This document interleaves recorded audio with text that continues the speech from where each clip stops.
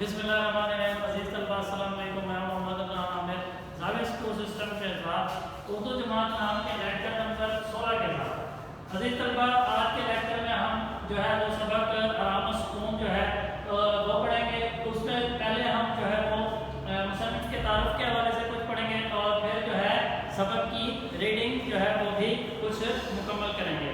تو اس کے لیے آپ کے پاس اپنی اردو کی کتاب کا پیج نمبر جو ہے وہ 46 جو ہے وہ پورا ہونا چاہیے.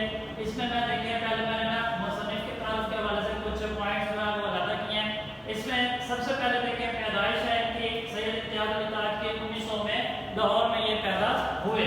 اس کے بعد ہے وفات. اپریل 1970 میں ان کی وفات ہوئی اور انہیں کسی نامعلوم شخص نے قتل کر دیا تھا. تو نمبر 3 پر دیکھیں والد کا نام کیا ہے. امتیاز علی تاج کے والد کا نام ممتاز علی تھا اور انہیں شمس العلماء کا خطاب بھی ملا. آگے دیکھیں امتیاز علی تاج کی تعلیم کا حصول جو ہے امتیاز علی تاج نے سینٹرل ماڈل اسکول لاہور اور گورنمنٹ کالج لاہور سے تعلیم حاصل کی. اس کے بعد دیکھیں ان کا مشہور ڈرامہ کون سا ہے. 1936 میں انہوں نے اپنا مشہور ڈرامہ انارکلی لکھا. ان کی ادبی خدمات سید امتیاز علی تاج کے مزاحیہ اسکیچ کا مطلب ہوتا ہے خاکہ چچا چکن کے نام سے شائع ہوئے. آپ رسالہ تہذیب نسواں اور پھول کے مدیر بھی تھے. ایڈیٹر ایڈیٹر بہت سی علمی کہانیاں بھی تحریر کی آپ نے. آپ مجلس ترقی ادب لاہور کے سیکرٹری بھی رہے. اور ان کی تحریر کی خوبیاں کیا ہے. سید امتیاز علی تاج کے ڈراموں میں تمام لسانی خوبیاں موجود ہوتی ہیں. ان کی تحریر سادہ اور بے تکلف ہوتی ہے. ان کے ڈراموں کی زبان بھی سلیس اور رواں ہے, یعنی کہ آسان مکالمے ان کے لکھے ہوئے ہوتے ہیں اور ایسا معلوم ہوتا ہے کہ بالکل جو ہے وہ بالکل آسان معنی جو ہے ان کے بنتے ہیں. مکالموں میں چستی برجستگی کا اثر بھی نمایاں ہوتا ہے. اب یہ تو ہو گیا تعارف. اب ہم نے آپ نے پیج نمبر جو ہے وہ 47 کتاب کا نکالنا ہے آرام و سکون. اس میں ریڈنگ کروں گا. کچھ مشکل الفاظ کے معنی جو ہیں وہ بھی سامنے لکھ دیے ہیں, ساتھ ساتھ میں بول بھی دوں گا. تو آپ کے پاس پینسل ہونی چاہیے, آپ نے ساتھ ساتھ لکھ لینے ہیں مشکل الفاظ کے معنی. کیونکہ اچھا اس سے پہلے یہ میں بتا دوں کیونکہ یہ ڈرامہ ہے تو ڈرامے یا فلم ہو تو اس میں مکالمے ضرور ہوتے ہیں. تو یہ بھی اسی طرح مکالموں کی شکل میں ہے. ڈاکٹر جی نہیں. بیگم صاحبہ تردد کی کوئی بات نہیں, میں نے بہت اچھی طرح معائنہ کر لیا ہے, صرف تکان کی وجہ سے حرارت ہو گئی ہے. ان دنوں آپ کے شوہر غالباً کام بہت زیادہ کرتے ہیں. تردد فکر پریشانی معائنہ چیک اپ. اور تکان کا کیا مطلب ہے تھکاوٹ. حرارت بخار اور غالباً شاید. بیوی ڈاکٹر صاحب ان دنوں کیا, ان کا ہمیشہ سے یہی حال ہے.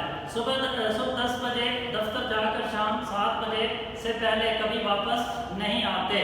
ڈاکٹر جبھی تو میرے خیال میں انہیں دوا سے زیادہ آرام و سکون کی ضرورت ہے. کاروبار کی پریشانیاں اور الجھنیں پریشانیاں ایک ہی بات ہے, دونوں ایک دوسرے کے مترادف ہو سکتے ہیں. بھلا کر ایک بھی روز آرام و سکون سے گزارا تو طبیعت انشاءاللہ بحال ہو جائے گی, بہتر ہو جائے گی. بحال کا مطلب ہوتا ہے رواں چلنا, لیکن یہاں پر جو ہے معنی ہوگا اس کا بہتری کے حوالے سے. بیوی 20 مرتبہ کہہ چکی ہوں کہ اتنا کام نہ کیا کرو. نصیب دشمن صحت سے ہاتھ دھو بیٹھو گے مگر خاک اثر نہیں ہوتا. خاک اثر نہ ہونا بالکل اثر نہ ہونا. ہمیشہ یہی کہہ دیتے ہیں کہ کیا کیا جائے. ان دنوں کام بے طرح زوروں پر ہے, تو ان بے طرح زوروں پر بہت زیادہ کام ہے. ڈاکٹر ہر روز تھوڑا وقت آرام و سکون کے لیے نہ نکالا جائے تو پھر بیمار پڑ کر بہت زیادہ وقت نکالنے کی ضرورت پڑ جاتی ہے. بیوی یہ بات آپ نے انہیں نہیں سمجھائی. میں نے کہا سن رہے ہو. ڈاکٹر صاحب کیا کہہ رہے ہیں. میاں ڈاکٹر جی ہاں, میں نے سمجھا کر اچھی طرح تاکید کر دیا. تاکید کرنا اصرار کرنا, بات کو دہرانا کہ دن بھر خاموش لیٹے رہیے. بیوی تو تاکید کیا میں نہیں کرتی مگر ان پر کسی کے کہنے کا کچھ اثر بھی ہو. ڈاکٹر جی نہیں, ابھی انہوں نے مجھ سے وعدہ کیا کہ پورے طور سے میری ہدایات پر عمل کریں گے.